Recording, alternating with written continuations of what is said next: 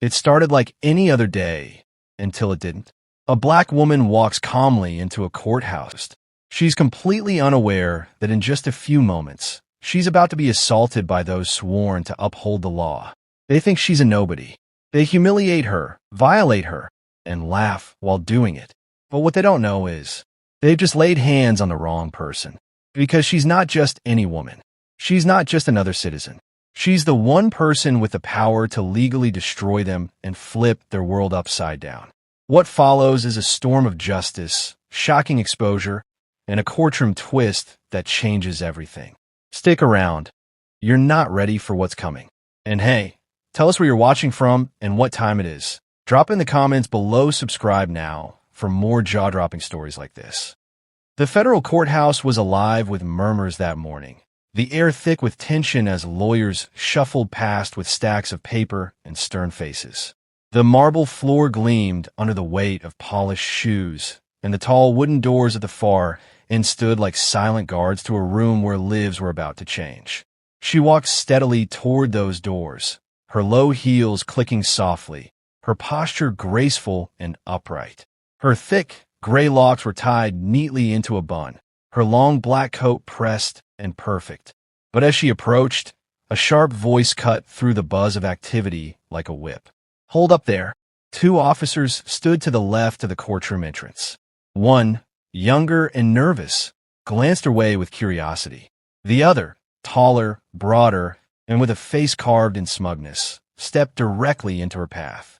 "Officer Bradley, where do you think you're going?" he asked, his voice slow and deliberate, his pale eyes scanning her from head to toe. "I have business inside," she replied calmly, her tone firm but polite. "Business?" Bradley chuckled, glancing at his colleague. "And what kind of business would you have in a federal courtroom?" Her jaw tightened slightly. "Step aside, officer. I'm expected." "You're expected?" Bradley repeated mockingly, taking a step closer.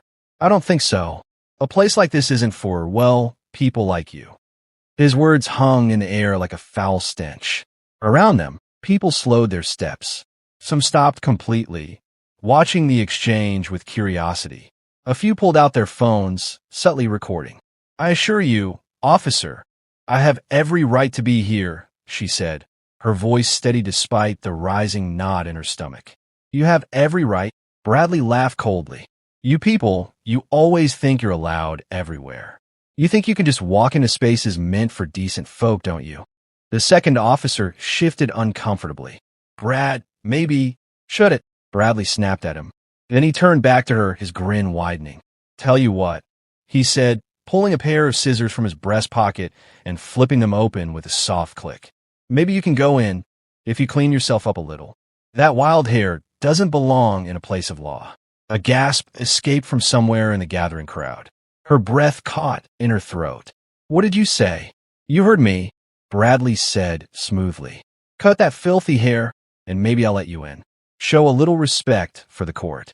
"Sir," or better yet, he interrupted, his voice dropping to a dangerous whisper, "let me do it for you. It'll save time." Before she could react, Bradley grabbed a fistful of her locks and pulled. The sharp sound of scissors slicing through hair filled the hall as the first thick strand fell to the floor. "Stop!" someone in the crowd shouted. But Bradley ignored them. "This is for your own good," he said mockingly, cutting again and again. Locks of gray hair rained down onto the polished marble floor. Her shoulders stiffened. Her lips pressed into a thin, hard line. "You'll thank me later," Bradley sneered, snipping at another section. "This is how we teach respect." The scissors worked ruthlessly. The hallway fell silent, except for the rhythmic snip, snip, snip. A little girl in the crowd clutched her mother's skirt and whispered, "Why's he doing that, Mama?" "Don't look, baby," her mother murmured, pulling her close. But the woman didn't flinch. She didn't cry. She stood motionless, her hands clenched tight in her coat pockets, her dark eyes fixed on a point just beyond Bradley's shoulder. The last strand of hair slipped from her shoulder to the floor. Bradley stepped back, breathing heavily, his face glistening with sweat. "There," he said loudly, turning to the crowd. "Now she doesn't look so savage. Now she looks like a proper guest for a courtroom." A ripple of discomfort spread through the onlookers. The woman finally lifted her head. Her eyes locked on Bradley's. And in that moment, something cold crawled down his spine. Her gaze didn't hold anger, or fear, or even sadness. It held something deeper, something sharper. Before he could speak, a new voice cut through the tense silence. "Is there a problem here?" It was the bailiff. "No problem," Bradley said quickly. "Just keeping order." "Good," the bailiff replied, "because the judge is ready to begin." He turned to her and nodded respectfully. "They're waiting for you, Your Honor." The hallway erupted in gasps. Phones were raised higher. Whispers turned to shocked cries. Bradley's smirk fell from his face like shattered glass. His hand went slack, and the scissors clattered to the floor. "You," he croaked. "You're—" "Yes," she said coldly, stepping forward. Her bald head gleamed under the lights like a crown forged in fire. "I'm Judge Robinson." The room, moments ago alive with chatter, fell silent. Every head turned. Phones hovered in midair as spectators tried to comprehend what they were seeing. The woman who had been humiliated, her thick gray locks cut brutally from her head, now walked with quiet authority. Her long black robe swept the floor as she moved, her bald head gleaming like a crown under the fluorescent lights. Judge Robinson. Officer Bradley stood frozen near the entrance. His heart hammered against his ribs. The smugness that had dripped from his voice only moments ago was gone. His throat felt tight, and his palms were suddenly slick with sweat. This couldn't be happening. "She's the judge," someone whispered. "Yes," a reporter said, already typing furiously on their phone.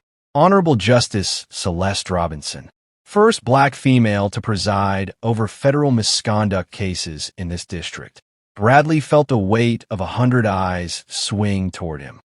Flashback. 6 months ago. "Another one complaining about you, Brad," his superior said, tossing a file onto the desk. Bradley leaned back in his chair, smirking. "And you need to ease up. This one's got connections." "They're all the same," Bradley scoffed. "You let them talk too much, and they'll think they run the place. Someone's got to teach them their place." His superior sighed. "Just don't do anything that'll get you in front of Judge." Back to the courtroom. Judge Robinson ascended the steps to the bench with slow, deliberate movements. Each step felt like a drumbeat in Bradley's ears. She placed her hands on the edge of the bench and let her eyes sweep across the room. "Court is now in session," she said calmly. Her voice, though quiet, carried across the room with chilling authority. The bailiff stepped forward. "Honorable Judge Celeste Robinson, presiding over case number 2378. The People versus Officer Jonathan Bradley." The crowd erupted in murmurs. Bradley felt his knees weaken. "No, no," he muttered under his breath. Flashback. 2 years ago. Bradley slammed the young black man against the hood of the patrol car. "You think you can mouth off to me?" he barked. "I didn't do anything," the man protested. Bradley sneered. "That's the thing about people like you. You never think you've done anything wrong." Back to the courtroom. "Officer Bradley," Judge Robinson said, her voice slicing through his spiraling thoughts. He flinched. "Step forward," she commanded. His feet refused to move at first. The crowd watched, some with phones raised, others whispering furiously. He forced his legs forward, each step feeling heavier than the last. As he reached the center of the room, she fixed him with a stare so sharp he had to look away. "You've stood on the other side of this bench many times, Officer Bradley," she said. "You've arrested. You've accused. You've testified. But today the tables have turned." Gasps rippled through the room. "You will answer for your actions, not just today, but for every abuse of power, every violation of trust, every humiliation inflicted on the innocent under the guise of law and order." Bradley's mouth went dry. I, he stammered. "You will speak when spoken to," she cut in sharply. The crowd's eyes darted between them, like they were watching a lion corner its prey. Flashback. 3 years ago. A young black woman sat in a holding cell, her face bruised. She resisted arrest, Bradley said casually to a colleague, but the camera footage later showed otherwise. Back to the courtroom. Judge Robinson leaned back in her chair. "Officer Bradley, it's time you learn. Power doesn't come from a badge. It comes from integrity, something you seem to lack." A bead of sweat slid down Bradley's temple. "Bailiff," she said calmly, "take him into custody. He is to be held until further notice." "No," Bradley shouted, his voice cracking. "This isn't fair. You can't do this." But the bailiff already had him by the arm. "Oh, but I can," Judge Robinson said coldly. "And I will." The heavy oak doors of the courtroom slammed shut behind Bradley, the echo reverberating like a death sentence. He stumbled slightly as the bailiff nudged him forward, the steel cuffs biting into his wrists. Sweat clung to his collar, the starched fabric of his uniform suddenly suffocating. He lifted his head and froze. All eyes were on him. The gallery was packed, reporters clutching their notepads, their pens scratching furiously as they whispered to one another. Phones hovered in the air, camera lenses trained on his every movement. This wasn't how it was supposed to go. He had spent years walking into courtrooms like he owned them. His testimony could make or break a case. His presence alone could send shivers down the spines of the accused. But now he was the accused, and the woman in the judge's seat. The woman whose hair he had cut in front of a crowd only hours ago sat calmly, her bald head gleaming under the fluorescent lights like a crown forged in fire. Judge Robinson. Her gaze didn't waver as she watched him shuffle to the defense table. The expression on her face wasn't angry. It wasn't even cold. It was worse. It was unreadable. The charges unfold. "Court is now in session," the bailiff declared. His voice was firm, but even he couldn't hide the slight tremor in his tone. "Honorable Justice Celeste Robinson presiding." "Proceed," she said quietly. The prosecutor, a tall man with sharp eyes and an even sharper tongue, stood. He held a thick file in his hands, a file so heavy it seemed to bend under its own weight. "Your Honor, we begin with a list of offenses committed by Officer Jonathan Bradley over the course of his career." The prosecutor cleared his throat. "Case number 2378, Michael Turner, age 17. The defendant, Officer Bradley, forcibly detained Mr. Turner under false pretenses, subjected him to excessive force during arrest, and falsified his report to justify the incident." A murmur rippled through the audience. Bradley's inner collapse. Bradley's fingers curled into tight fists. His jaw locked. That kid deserved it, he told himself. Turner had been mouthing off, hadn't he? Acting like he was above the law. But deep down, Bradley felt the first crack in his armor. He glanced sideways at the cameras flashing in his face. Reporters scribbled faster. Every click of a pen sounded like a hammer driving nails into his coffin. Case number 2491, Jasmine Lee, age 29. The prosecutor continued. Unlawful traffic stop. The defendant assaulted Ms. Lee during questioning. Body cam footage revealed no resistance from the victim. Officer Bradley was placed on administrative leave for 1 week, but reinstated thereafter. Case number 2622, Lamar Jenkins, age 41. Victim suffered a fractured rib after Officer Bradley's unnecessary use of force during a noise complaint investigation. The list went on. Case after case. Victim after victim. Each name was like a stone thrown at Bradley's chest. "I remember that one," someone whispered in the gallery. "Yeah." The body cam footage went viral. "This is the guy. You mean the cop they said got off easy?" Figures. Bradley's skin prickled as the whispers grew louder. "Officer Bradley," Robinson said finally, her voice calm, yet heavy with authority. "Do you understand the severity of the accusations against you?" He licked his dry lips. "Your Honor, You will answer the question." "Yes, ma'am," he croaked. Judge Robinson leaned forward slightly, her hands folded neatly on the bench. "You have used your badge as a weapon, not as a shield for the innocent. You have trampled on the very laws you swore to uphold. And this morning, you committed a final act of cruelty, publicly humiliating the presiding judge in front of witnesses." She let the words hang in the air. "You believed yourself untouchable."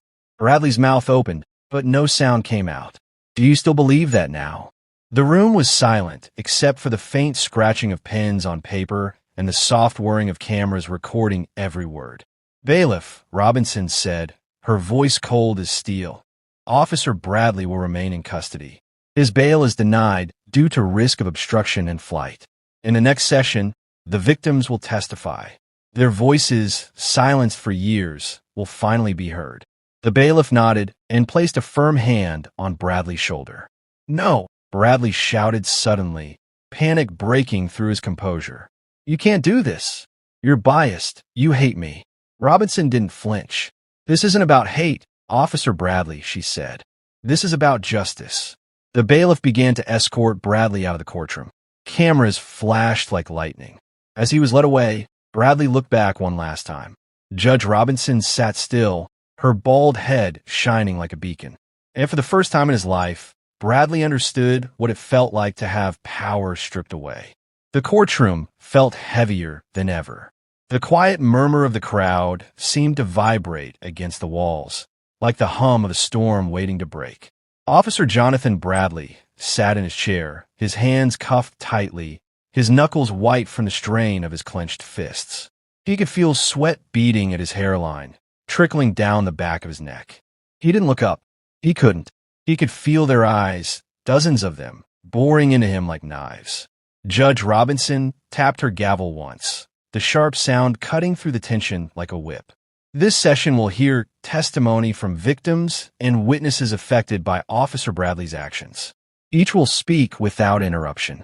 The court demands silence and respect for their voices. She paused, her calm gaze sweeping across the room before landing squarely on Bradley. "Something you never allowed them, Officer Bradley." Bradley's jaw tightened. "Call Michael Turner," the prosecutor said. A young man in his early 20s stood shakily and made his way to the witness stand.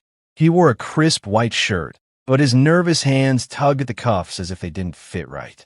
"State your name for the record," Judge Robinson said. "Michael Turner," he replied, his voice low. "Proceed." Michael took a deep breath. "When I was 17, Officer Bradley pulled me over while I was driving home from basketball practice. He said my taillight was out. It wasn't." He swallowed hard, his fingers tightening on the edge of the stand. "He told me to get out of the car. I asked why. He dragged me outside, slammed me onto the hood." Gasps rose from the audience. "I kept telling him I didn't do anything. He said I was too mouthy for my own good. Then he hit me in the ribs with his baton." Bradley shifted uncomfortably in his seat.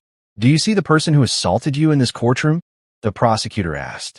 Michael nodded slowly. "Yes, it's him." His finger pointed directly at Bradley. All eyes turned to the officer.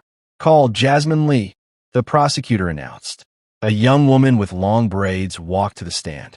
She carried herself with quiet strength, but her eyes flicked nervously toward Bradley as she passed. "State your name for the record," Judge Robinson said. "Jasmine Lee." "Proceed." She clasped her hands in her lap, her voice trembling. "I was 29 when he pulled me over for reckless driving. I hadn't done anything. He made me get out of the car. Then he pushed me against the door and grabbed my purse, saying I looked suspicious." A tear slid down her cheek. "He said if I didn't stop talking, he'd make sure I never got to drive again. I was terrified, and when I filed a complaint, nothing happened. He kept his badge, and I kept the fear." Her voice cracked. "It's been 3 years, but I still don't feel safe around police." The room was silent except for the sound of a reporter's pen scratching furiously across paper. Bradley stared at the table in front of him, his hands trembling. "This isn't fair," he thought bitterly. "I was just doing my job." But the words fell hollow. For every face he tried to ignore, there was a memory he couldn't bury. Michael Turner's shouts, Jasmine Lee's tears, and now, the weight of the crowd's judgment pressing down on him. "Call Mrs. Irene Jenkins," the prosecutor said. An elderly black woman walked slowly to the stand, leaning on a cane. She wore a faded blue dress and carried an air of quiet dignity. She settled into the chair, her voice soft but steady. "My son, Lamar Jenkins, is not here to speak for himself." She paused, her eyes glistening.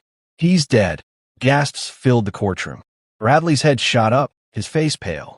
"You beat him so badly during a noise complaint. He had internal injuries no one caught in time. He collapsed 3 days later. You laugh when he begged you to stop. Do you remember, Officer Bradley?" Bradley's lips parted. His throat worked, but no sound came out. Judge Robinson leaned forward slightly, her voice like iron wrapped in velvet. Officer Bradley, this courtroom has now heard from those whose lives you've damaged. Some live with fear and scars. Some didn't live long enough to speak at all. Her eyes bore into his. You silenced them once. You will not silence them again. Bradley's hands shook violently. I didn't, he whispered. You didn't what? Judge Robinson asked sharply. I didn't mean for it to happen, she finished coldly. Or mean for them to have a voice. Bradley lowered his head. Bailiff, Robinson said, her tone calm and commanding. Return the defendant to holding. Tomorrow, sentencing arguments will begin. Yes, Your Honor. The bailiff stepped forward, but Bradley didn't resist this time. As he was led away, the weight of his actions hit him fully for the first time. Every step toward the holding cell felt like walking deeper into a grave he had dug for himself. The cell door slammed shut behind Officer Jonathan Bradley, the sharp clang ringing in his ears like a funeral bell.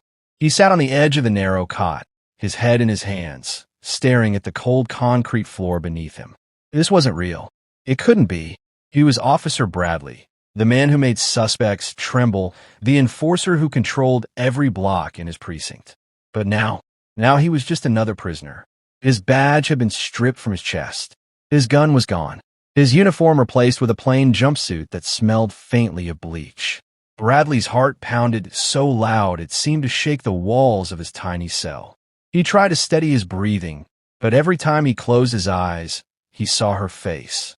The same woman he'd humiliated, mocked, and shorn of her dignity in front of a crowd. The same woman who now sat in judgment over him. And tomorrow, she would deliver his fate. The next morning, Bradley was led back into the courtroom, his wrists cuffed tight in front of him. The crowd had grown larger. Cameras flashed like strobe lights as he shuffled down the aisle, his face pale and drawn.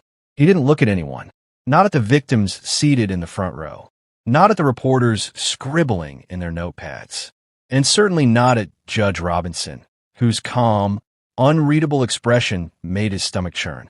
His lawyer, a wiry man in a gray suit, stood quickly as they approached the defense table. Jonathan, he whispered harshly, you gotta hold it together. I can't, Bradley muttered back. They're all against me, even the judge. Let me speak for you. It's our only chance. Judge Robinson banged her gavel once. Counsel, you may proceed with sentencing arguments. The lawyer nodded quickly and stepped forward. Your Honor, he began, his voice smooth, almost oily. We're not here to excuse Officer Bradley's actions. My client has made mistakes, and he acknowledges that. But he has also served his community for over 15 years. He has risked his life to protect others. Murmurs rose from the gallery. Protect others? Someone scoffed under their breath. The lawyer pressed on. He is not beyond redemption. I ask this court to show mercy. A reduced sentence would allow him to seek counseling, to learn, to change, to return one day as a better man. Judge Robinson leaned forward slightly, her hands folded neatly on the bench. Mercy, she repeated softly, her voice calm, but carrying a weight that silenced the room. Officer Bradley, do you recall showing mercy to Michael Turner when you slammed him onto the hood of your patrol car? Bradley's lips parted, but no words came out. Did you show mercy to Jasmine Lee when you falsely accused her and assaulted her on the side of the road? His throat worked furiously, but still, no sound emerged. And Lamar Jenkins, her voice faltered slightly, her eyes flicking toward the elderly woman seated in the gallery. Did you show mercy when you beat him so badly that he died 3 days later? Bradley lowered his head. You had power, Officer Bradley. Power entrusted to you by the people, by the law, by the badge you wore on your chest. And you used it not to protect, but to terrorize. Not to uplift, but to destroy. The lives you touched bear scars they may carry forever. And yet, today, you ask this court to consider your life. Her voice grew sharper, every word striking like a hammer. This court will consider your life, Officer Bradley, and it will weigh it against the lives you crushed under the weight of your authority. The sentencing. Judge Robinson stood, her robe flowing behind her like a dark wave. Officer Jonathan Bradley, You are hereby sentenced to 25 years in federal prison without the possibility of parole for the crimes of assault, abuse of authority, falsification of reports, and obstruction of justice. You will leave this courtroom not as a protector of the law, but as a man who stands condemned by it. The gavel struck the bench with a resounding crack. This court is adjourned. The bailiff grabbed Bradley's arm firmly. No, wait. Bradley cried out, his voice breaking. Please, Your Honor. I'm sorry. I'll change. I swear I'll change. Judge Robinson didn't flinch. This isn't about whether you change, she said quietly. It's about the lives you've already destroyed. Bradley's legs gave out as he was dragged toward the exit. The crowd erupted in applause, the sound thunderous and unrelenting. Reporters shouted questions, their cameras flashing like lightning. But Bradley didn't hear them. All he could hear was the sound of his own breathing, ragged, panicked, and the faint, calm voice of the judge ringing in his ears. Power isn't about what you can take. It's about what you give. And you gave nothing. The heavy steel doors of the prison clanged shut behind Officer Jonathan Bradley. He flinched at the sound, the finality of it reverberating through his bones like a hammer blow. Gone were the crisp blue uniform and polished badge that once made him feel untouchable.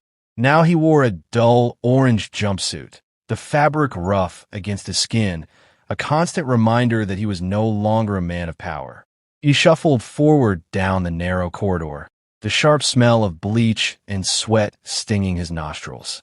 Guards walked behind him, their boots echoing loudly. Inmates pressed their faces to the bars as he passed, some sneering, others whispering with amusement. That's him, one muttered. The cop, another said with a grin. The one they dragged on the news. Bradley kept his eyes fixed on the floor. His once confident stride had dissolved into a hesitant shuffle, his shoulders hunched as though trying to shrink into himself. A broken man. His cell was small and bare, the walls painted a sickly gray. A thin mattress lay on a rusted frame, and a tiny barred window high on the wall let in a faint sliver of sunlight. Bradley sank onto the cot, burying his face in his hands. He could still hear the judge's words ringing in his ears. This isn't about whether you change. It's about the lives you've already destroyed. He thought about Michael Turner's terrified eyes, Jasmine Lee's trembling voice, Lamar Jenkins' grieving mother. And for the first time, he felt the crushing weight of what he had done. He wasn't a protector. He wasn't a hero. He was a predator. And now he was prey. Meanwhile, Robinson's quiet reflection. Miles away, Judge Celeste Robinson stood in her small kitchen, a steaming cup of tea cradled in her hands. The late evening sunlight streamed through the window, bathing her in a warm golden glow. She stared at the news, playing softly on the television in the corner. Former Officer Jonathan Bradley begins his 25-year sentence today, the anchor reported. His trial made headlines nationwide as one of the most high-profile cases of police misconduct in recent memory. Robinson sighed softly. It was over, but the scars remained, not just on the victims, but on her too. She touched her bald head gently, feeling the soft fuzz where her thick gray locks had once been. The humiliation still stung, but she reminded herself, they didn't break me. They only proved what kind of power I carry. The next day, Judge Robinson stood at a podium in a packed auditorium. Reporters filled the aisles, their cameras flashing. Hundreds of people leaned forward in their seats, hanging on to her every word. My name is Celeste Robinson, she began, her voice calm but strong. And like many of you, I know what it feels like to be silenced, to have your dignity stripped, to be told you don't belong in spaces of power. The room was silent, except for the soft clicking of cameras. Power is a strange thing. Some wear like armor. Others wield it like a weapon. But true power doesn't come from a badge. It doesn't come from a gavel. It doesn't even come from fear. It comes from standing when the world tries to break you, from speaking when they try to silence you, from lifting others when you've been pushed to your knees. Applause rippled through the room. Officer Jonathan Bradley thought power meant domination. He thought he could silence voices, crush spirits, and walk away untouched. But no one is untouchable. Not him. Not me. Not any of us. Because power isn't about what you can take. It's about what you give back. The crowd rose to their feet in thunderous applause. Robinson stepped back from the podium, her bald head shining under the stage lights like a beacon of resilience. And in that moment, she wasn't just a judge. She was a symbol. Back in his cell, Bradley lay staring at the cracked ceiling. The sound of Robinson's speech played faintly from a guard radio down the hall. Each word was a nail in the coffin of his old life. "You gave nothing," Robinson's voice echoed softly. "And now, the world has taken everything from you." Bradley closed his eyes. For the first time, he understood what it meant to be powerless.